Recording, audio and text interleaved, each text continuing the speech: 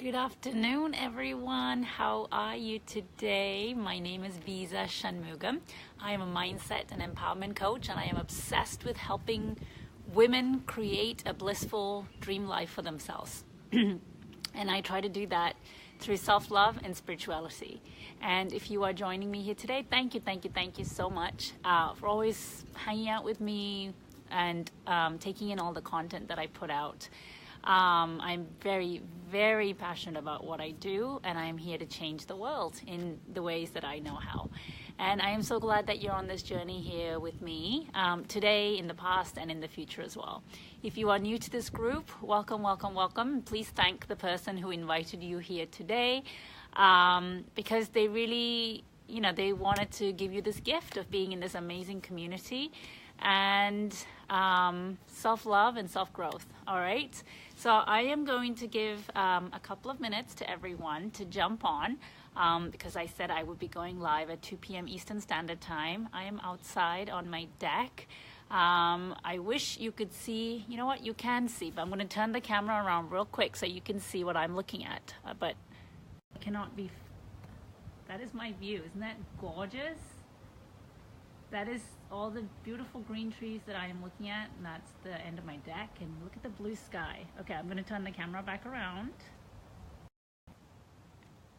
Unfortunately, I cannot sit on that side and do the video from that side because the lighting is all wrong and you wouldn't be able to see my face. All right, so if you're on here, go ahead and give me a hi. If you are watching the replay, that's perfectly okay too, and give me a hi and let me know whether you did day 1 of the course, okay? Again, I'm going to give everyone just a couple of minutes because we are going to be doing some journaling.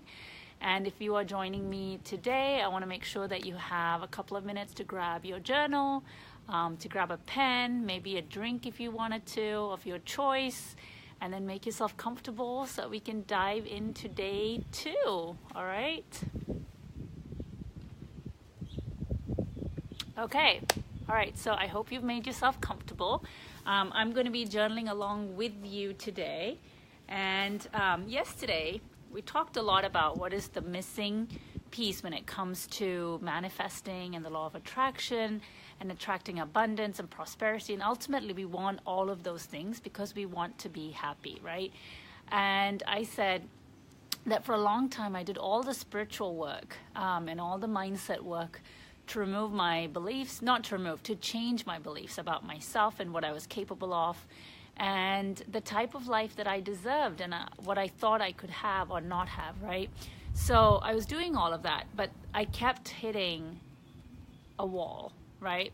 And what I realized through one of my amazing coaches was that I had completely not missed out. I hadn't realized the importance of self-love amongst all of these concepts. That's really what it is, self-love. And how important that was, and it was a missing piece to happiness, because ultimately we look for happiness. We tend to look for happiness in things and people outside of ourselves, right? We want, there's nothing wrong with wanting all of these things, like a house and a great car, and we want our kids to be safe, we want to provide them a great lifestyle, we want to go on lovely vacations, and we think that is what's going to bring us happiness. But it's not, because why do rich people sometimes are unhappy? Why are they unhappy? It's because happiness comes from within. It doesn't come from the things that you have, but it feels like an awful lot like you would have happiness if you had all of those things though, right? The reason, hi Anu, the reason that people all over the globe, despite how poor they are or rich they are or middle income, level they are, the reason that we all continue to seek happiness is because we tend to seek it from the outside. And it's actually comes from within. And it seems to be a hard thing to do because a lot of us find it really hard to accept ourselves for who we are. We have this projected agenda. We have this projected idea of what we need to look like, what we need to be doing, the things that we need to have in order to accept ourselves because of what society has taught us, because of what our parents knowingly or unknowingly has instilled upon us. And I made a post about this today on this very group, where I said, growing up as an Indian, in our culture, we are taught time and time and time again to always do the right thing, to please our parents and our elders. It's not, I didn't really hear think for yourselves growing up. It was always, I was always guided and mentored and coached by all of my elders, and they would decide for me and tell me, maybe give me a couple of options as to what was the best choices for me, and I would make the choices from that. I was not an independent thinker, and that could just be my personality. But I feel like it's really prevalent in Asian culture, where we don't want our kids to think too differently, because for the fear of what will others think of us, right? So we are so used to getting our validation for who we are as a human being from others, and especially in the Asian culture. Because I see so many people, like somebody I follow online is a guy called Gary V. And from a very young age, when he was at school, he always knew that what he was enough. That what he was enough. He gives an example that, on a report card out of his school, I think there was like 258 students. And he was like 243 out of the 258 students. And that's what he was ranked at. But he says that even at that age, I think he was like 13 or 14, he didn't give a shit that he was 243rd out of 258. Most people would have been devastated. They'd have told themselves, oh my gosh, like, I'm not going to be able to get into a college, I'm not going to be able to get a job, and therefore I'm not going to be happy, and they would have made themselves miserable. But this guy always had this amazing internal belief in himself. He had more belief for himself, and he didn't care whether anyone else believed in him or not. That is self-love, right? That is an aspect of self-love, is having so much self-respect and and love for yourself that one person's opinion of you, or 10 people's opinion of you, 100 people's opinion of you shouldn't matter. But I still struggle with this on a daily basis, not as much as I used to, but stopping caring about what others think of us is essential to self-love. I'm not saying disrespect people, but we put so much weight on ourselves and on the fact as to what do people think about me? How is this going to reflect on me? How is this going to reflect on my parents? How is this going to reflect on my in-laws? How is this going to reflect on my spouse? We give so much responsibility and weight to all of those worries that we as a soul get lost in all of that shuffle. We are trying so hard to live our life to please other people. And this is not only because you're Asian, it's also because you're a woman, right? The post that I made today, somebody had responded saying, yes, growing up, even though she was successful and she had designed a career for herself, her success by her parents was always defined by whether or not she would get married and have kids, right? That is when her parents saw her as they had succeeded. So therefore, because she was successful in their eyes, that's when she felt successful, when she had fulfilled her parents' wishes for her. And then after she got married and had kids, she was always having to do things the way her in-laws wanted, right? And so that's when she felt she was successful, because she was being a good daughter-in-law, right? If this is resonating with you, give me some likes, give me some hearts, you guys, because I know that most of us have probably been in that space and probably continue to be in that space. And so in a very roundabout way, what I'm trying to say today is, yesterday we talked a lot about self-care, right? Self-care is one aspect of self-love. It's how can I show my self-love is through the things that you do for yourself. So it's physically, whether you exercise or not. It's, emotionally and mentally, do you set aside time for yourself every day, which is non-negotiable, For most of us, our exercise and the way we eat are negotiable, right? Like, we will take care of everyone. We will make sure our kids are fed first and foremost. We could be dying with the flu, but we will make sure our kids have food in them, right? But we don't take that kind of care for ourselves. And I've lost my train of thought, but self-care, as I was saying, is an aspect of self-love. But self-love, funnily enough, requires you to do the hard things sometimes. Let me repeat that again. Self-love requires you to do the hard things sometimes. And what do I mean by that? An aspect of self-love is standing up for yourself. When somebody disrespects you, or if you're in a toxic relationship, somebody continues to treat you not well, and you feel like you cannot speak up for yourself, and you keep letting that happen, that is a sign that you're not giving yourself self-love. Because the soul in you, that energy in you, that higher self within you knows that you don't deserve to be treated that way, knows that you deserve more than that, and yet you allow it to happen. And so it comes from you at that point when it's happening. You don't realize, oh, this is me not loving myself. It comes from a place of, as a woman, this is what I'm expected to do. I've been told that these sort of things can happen in family life, and I just have to accept it and I have to move on. I've been told that this is what happens in our culture. People speak about us behind our backs, and we just need to ignore it. It's not, I don't want to bring conflict and attention to what's going on. So we just tend to brush things under the carpet and move on because we don't want to be that person, right? But that is one major aspect of self-love, is doing the hard things, like speaking up for yourself when someone disrespects you, like knowing that you need to end a relationship, maybe with a friend who, on the surface might seem like they want to be your friend, but they're only ever happy when they see you fall down and fail. Or they're only ever happy when you are disappointed that something didn't go well. And they're only happy when there's drama. And this friend could be somebody who seems extremely loyal, but they don't empower you and they don't lift you up. Whenever you are with them, you have fun, but it feels like the overall energy that you get from them is not that great, right? If you are resonating with that, or you have someone in your life that this is reminding you of, give me a like, give me some hearts, or just give me a 1, okay? You don't have to type in the comments, but if that's resonating with you, give me some likes and hearts. And so, when you have self-love for yourself, it means doing the hard stuff. Yeah, I saw a thumbs up, so yeah, I'm glad it's resonating with you.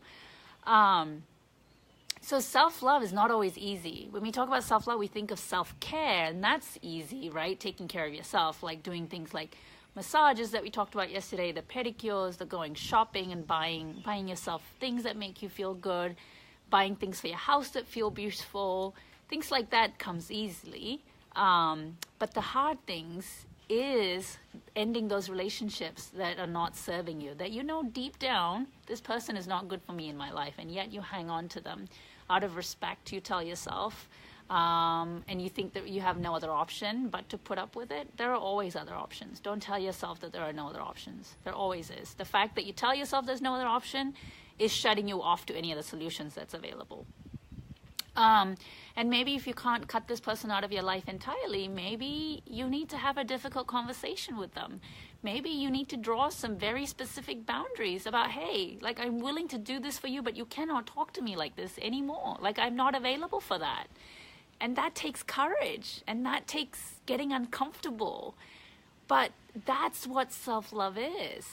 It's, if you're getting treated like crap at a job, it's speaking up for yourself. Maybe you're getting overloaded with projects, and you know for a fact that your workload is huge, and people keep asking you to take on more responsibilities, and you really want to be screaming and saying, no, I can't do this anymore, but you don't, because you feel scared about maybe, what will people think of me, whether my boss, won't appreciate me if I say that. Maybe believing that the only way that you can be good at your job is to be a yes man and accept everything that people are asking you to do. And that is another aspect of self-love, is how do you stand up for yourself, right? So to give you a personal story of mine, I have done the hard things. I have done the uncomfortable things. I have ended relationships that no longer serve me. And sometimes it's not always obvious how it's happened. So as I have up-leveled in terms of how I respect myself and how I care for myself and how I see myself in the mirror, some relationships have organically fallen away. Because, I talk about vibration a lot. You stop vibrating at the same energy that this other person is vibrating at. And therefore, based on science, you two cannot energetically be, attracted together anymore. So this person just kind of organically falls away from your life. And that would be, that would be an amazing thing to do. But there are also instances where you do have to do the uncomfortable things and it doesn't happen organically. You have to force it. But by showing up for yourself and showing the universe, hey, I will no longer be treated this way, you set the tone for the future where you stop attracting these kind of relationships. And I'm very passionate about doing the uncomfortable thing. I am always pushing myself outside of my comfort zone. And self-love, it never stops. You don't get to somewhere in one day and you think, oh, I've completely fallen head over heels in love with myself and everything is okay. You never get to that point. Self-love is kind of the hardest love to have. Because as you keep up leveling and growing, new challenges come up. You face new things. You face new aspects of yourself that challenge you and that, bring out the fear in you all over again. And you have to do the work all over again. All right. So I'm going to give you my first journal prompt of the day. You guys ready? Tell me if you're ready. Give me some likes if you are ready. And I will tell you my first journal prompt. I love lots and lots of interaction. All right. I'm going to wait. Are you ready for my journal prompt? Okay, all right. So the first journal prompt for today is, how have I been rejecting myself and holding back love for myself until now? Let me read that again. How have I been rejecting myself and holding back love for myself until now? All right, I'm going to journal on that with you. So go ahead and get started. I don't have a timer with me or anything like that. So I'm going to write a few things and I'm going to give you a couple minutes and then we'll go from there, okay?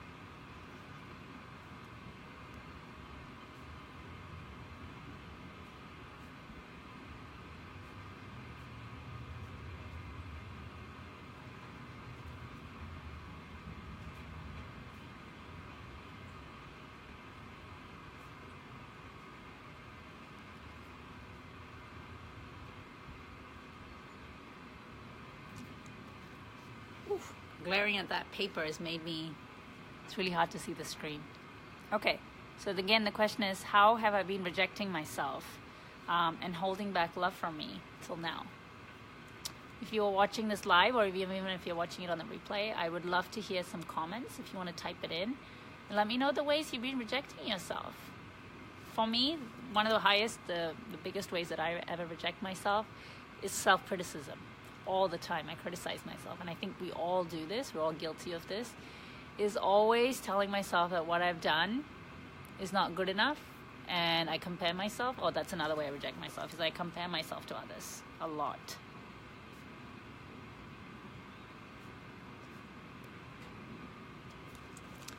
Being in the coaching industry, you see amazing women doing amazing things, and women who've been in it for a very short period of time having reached insane levels of success. So it's very easy to get swept up in it and think that, I'm not as good as they are. Whenever you think I'm not as good as someone else is, that's a form of rejection of yourself. because you're not accepting yourself for who you are. There are always ways to improve. There are always ways that you can improve yourself. I'm somebody who believes hugely in self-development, personal growth all the time. If you stop growing, you basically you start dying. Is my personal, motto is if you stop growing, you start dying. So I'm not saying that by loving and self-love and loving yourself, you stop growing. That's not what I mean. But, one of the ways we all reject ourselves is when we compare ourselves to other people and tell ourselves that there's no way we could have that or ever be that. That's a form of rejection. And I'm not kind to my body because I don't work out. That's another way, not working out. So that's another way I reject myself as well.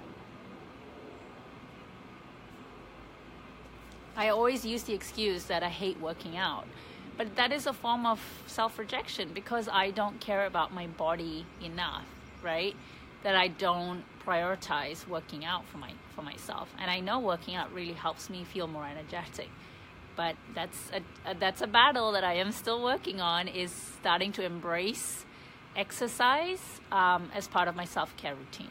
I will meditate every single day, but I struggle to exercise every single day. And I don't enjoy working out. So if you are watching this and you are someone who's figured out how to enjoy working out, please do let me know, because I have not cracked that code yet, okay?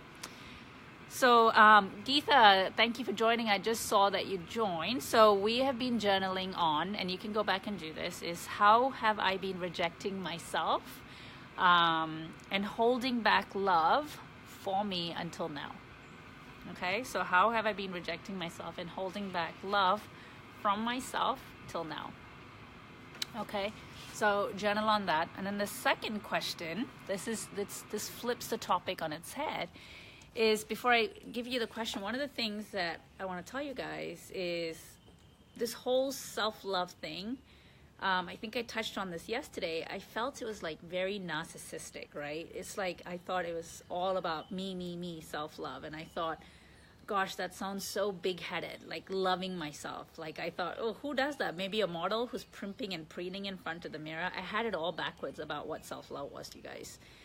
But then later, after I got enlightened, I realized that self-love, actually me learning to love myself, love who I am, love my purpose, love my talents, love my skills. And through self-love, I really found who I was. That was the biggest things about self-love. One of the benefits of self-love is that when you start on this self-discovery journey and you start to spend the time in silence, in yourself, going deep within, you really start to find out what it is that you stand for. Because we are human beings. We are human beings. And yet we live life as though we are human doings. Right? Hi, Amal. So nice to have you. So let me repeat that. We are human beings, right? That's what we are. But we spend our entire life as human doings. We are do all the time. And most of us like really struggle with silence and being with ourselves in quiet. I'm not saying being by yourself like on your phone or being by yourself in the house doing all the kitchen stuff or the laundry and things like that. I'm talking about being by yourself still, right? Like reflecting. Like how often do you do that? So again, I've gone off topic, you guys. I'm so sorry. But one of the biggest gifts at self-love that I got because of self-love is finding out who the heck I really was and what I wanted from life. And that it was okay to want the things that I want. That it was okay that I was so different from everyone around me.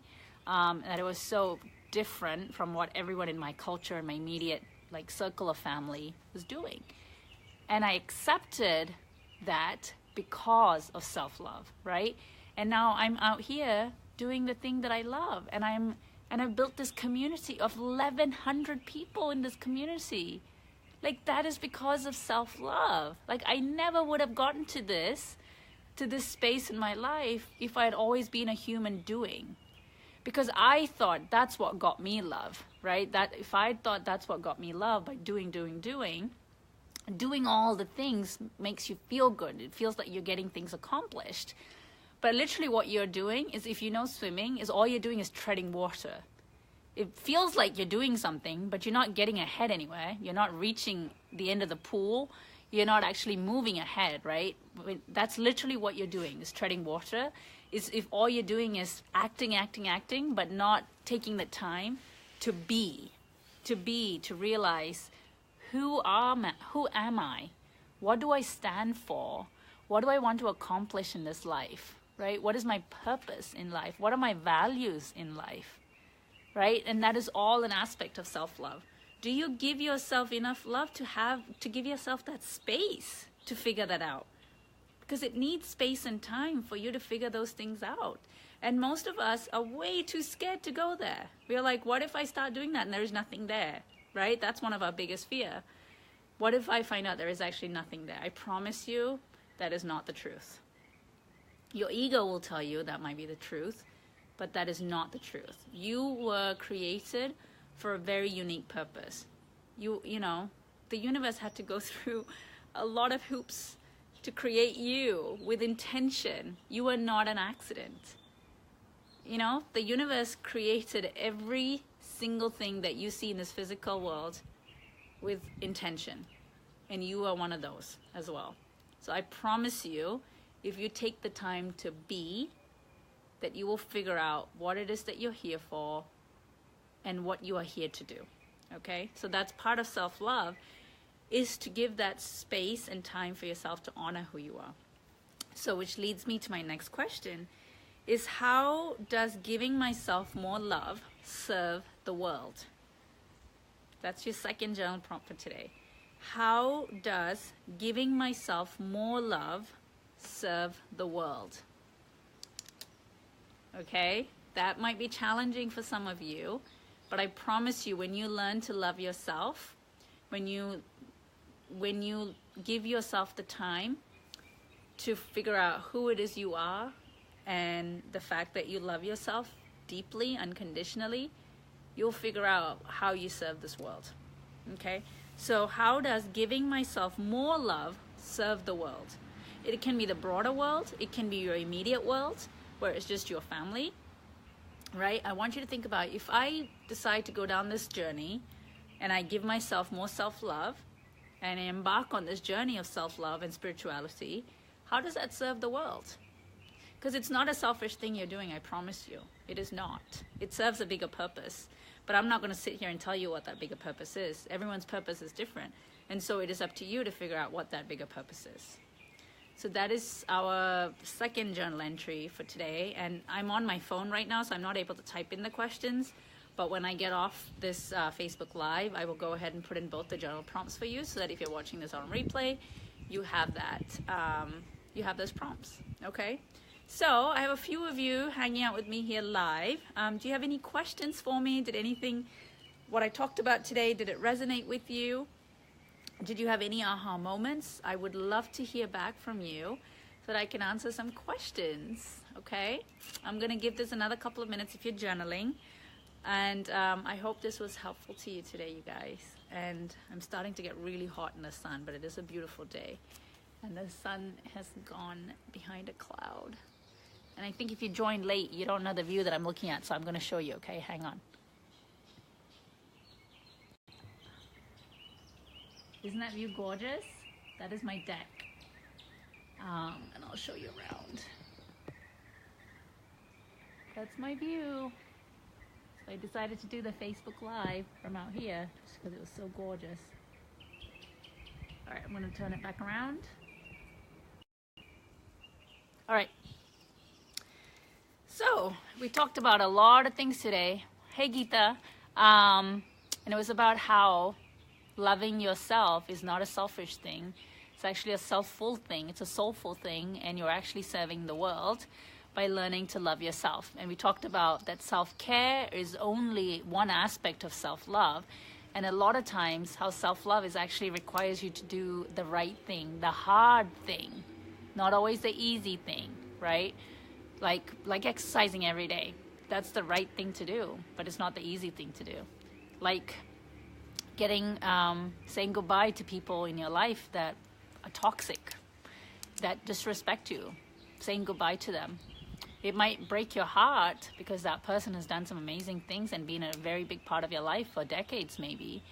But relationships change, people's energy change. Hi, Alina. And so it's necessary to be very intentional about who you share your energy with.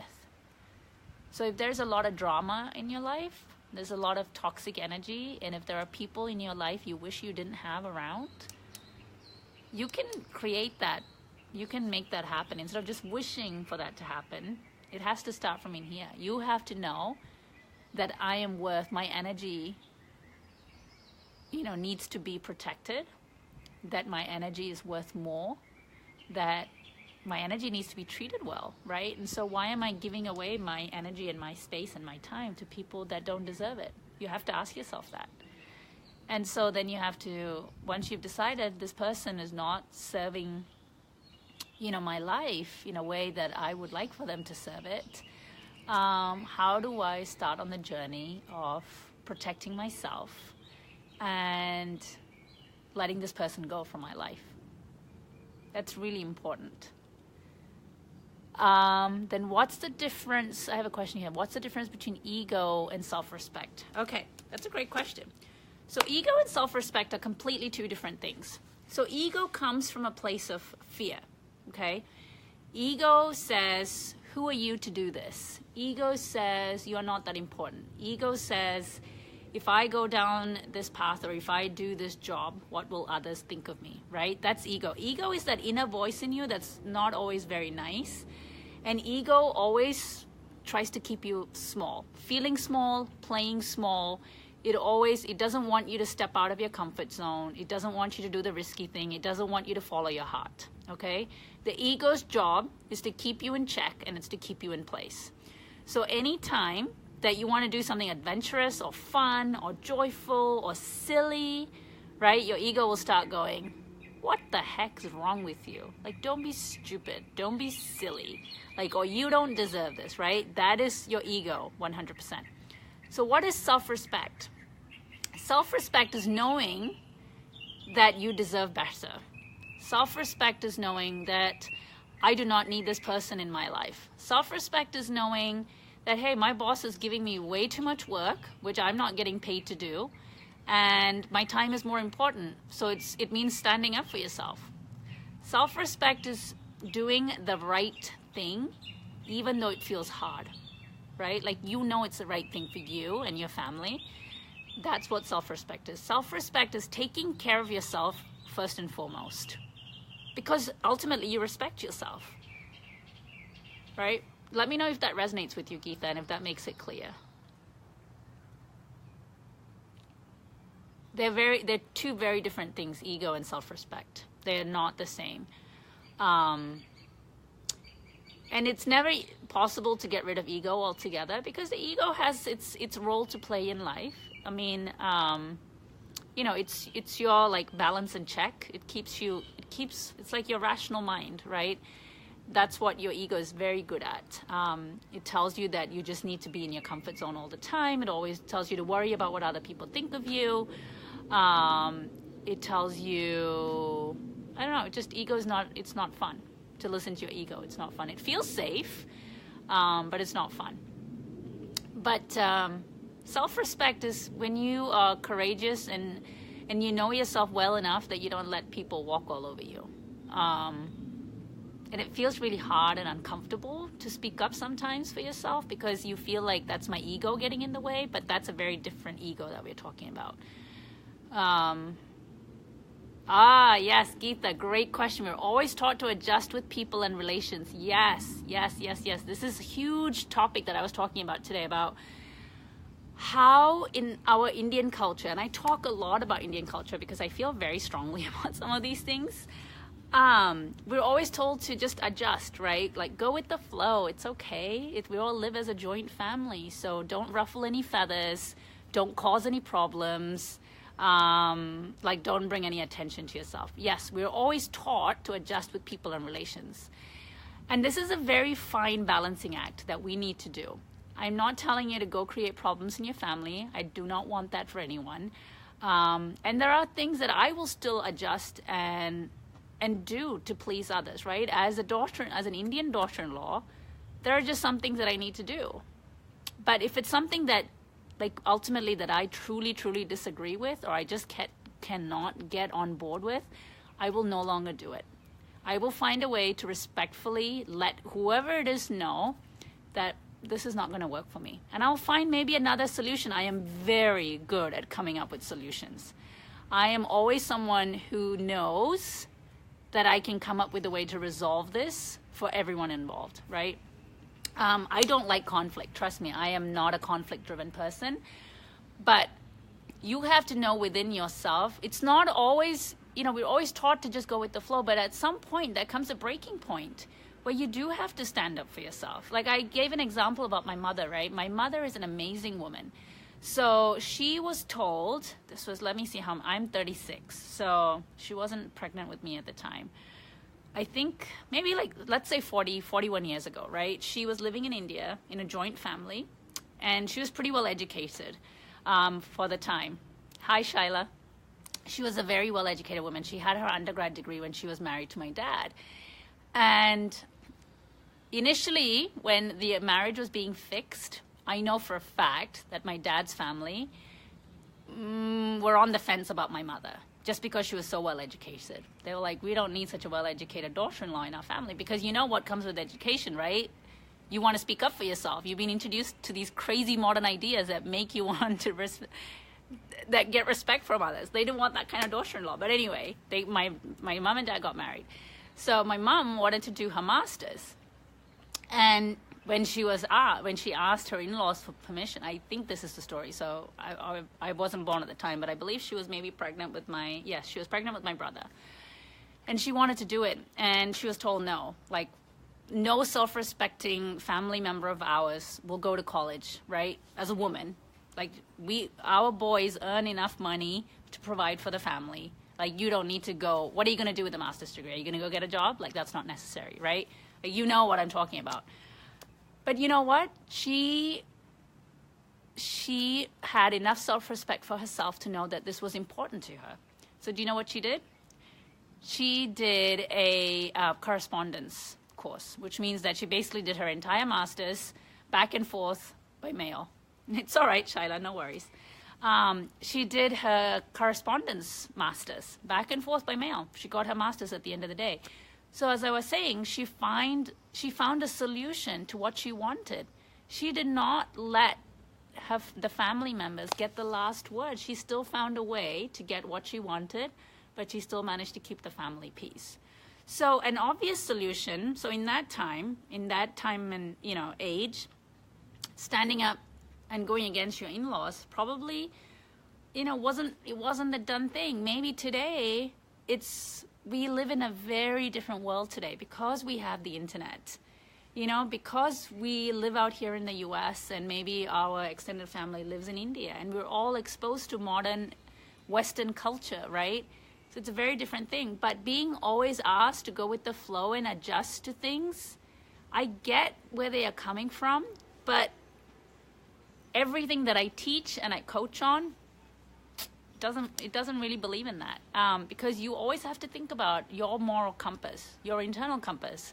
How does this feel like it is in alignment with me? Does this feel good to me? Do I need this in my life? Right? Those are all questions. I call them compasses that you can ask yourself. Does this feel good to me? That is the number one question you should always ask yourself, is if you feel cornered, or if you're feeling forced, or if you feel like you're making a tough choice, you have to ask yourself, does this make me feel good? That is always the first question. That is number one question when it comes to self-love, is does this make me feel good? And it might not make me feel good, but do I need this? Is another question that you can ask yourself as well. Do I need this? Okay, so those are two questions that you can ask yourself if you feel like, I'm not really sure what is the right thing for me to do here. Is, do I need this? So do I need this sort of drama in my life? Do I need this person in my life? Do I need to be respectful all the time? Do my children, do I need this? I don't know what your situation is. So do I need this is one, and how does this make me feel? Those are two questions that you can always ask yourself. If it doesn't make you feel good, I can guarantee you that it's not in alignment with you. Right? The end result, if it doesn't make you feel good, I can guarantee you that it's not in alignment with you. Because I don't like working out. It doesn't make me feel good when I'm in the moment. But when I think about my body and how healthy it will be and how pain-free it will be and how great I will feel, I will look at the pool, you know, when I have a great body. Of course it makes me feel good. So I know that exercise is a good thing for me. All right, Neetu, here we go. If you have a toxic family member and if you cannot get rid of that person, then standing up for yourself will make conflicts, right? Yes, you're absolutely right. You're absolutely right. It will make conflict if you cannot get rid of that person. But then you have to ask yourself, well, what does that mean for me, right? If I don't stand up for myself, what does that mean for me? What does that mean for me? How does that cause me pain? You know? Does that cause me to hate myself? Does that erode away at my self-respect? Does that erode away at my self-esteem? Does that erode away at my happiness? And then based on that, well, then what am I going to do?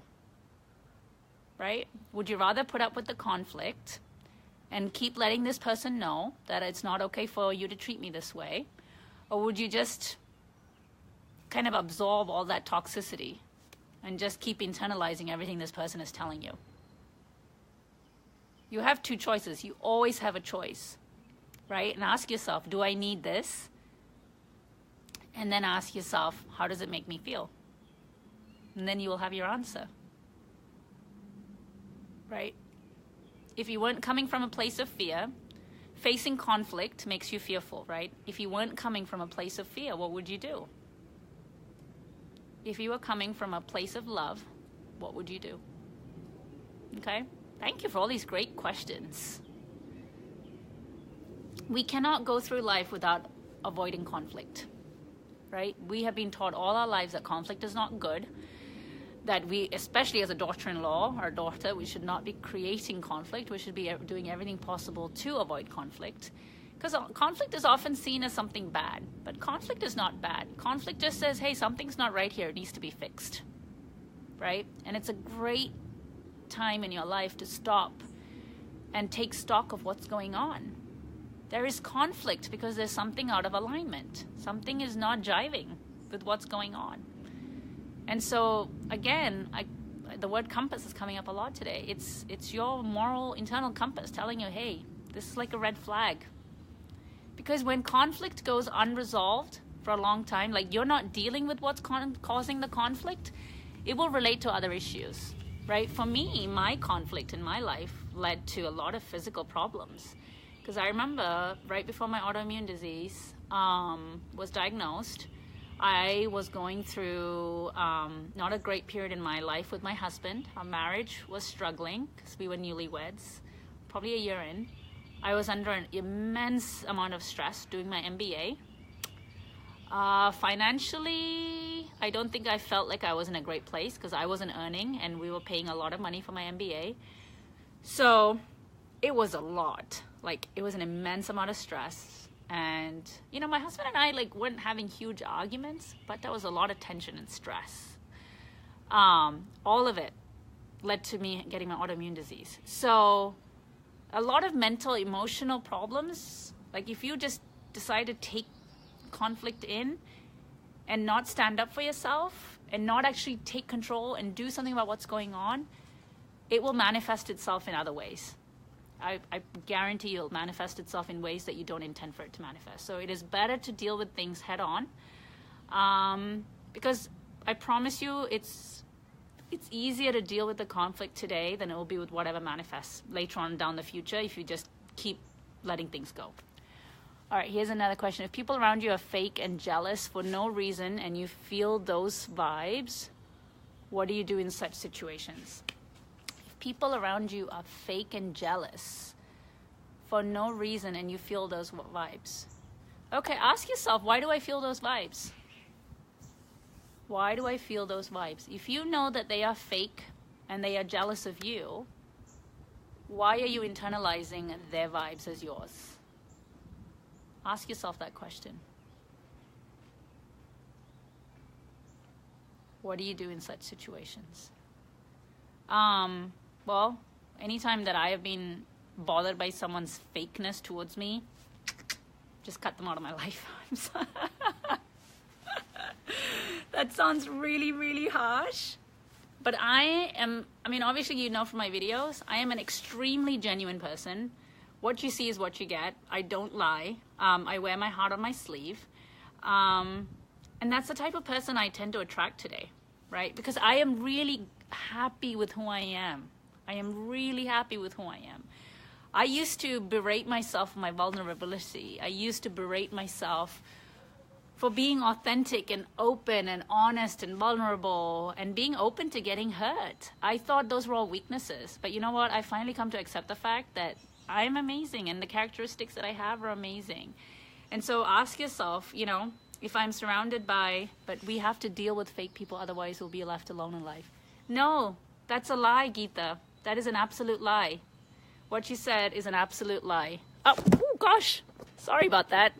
I was trying to scroll up to read again what you said, Geeta. I'm so sorry about my hand in the way.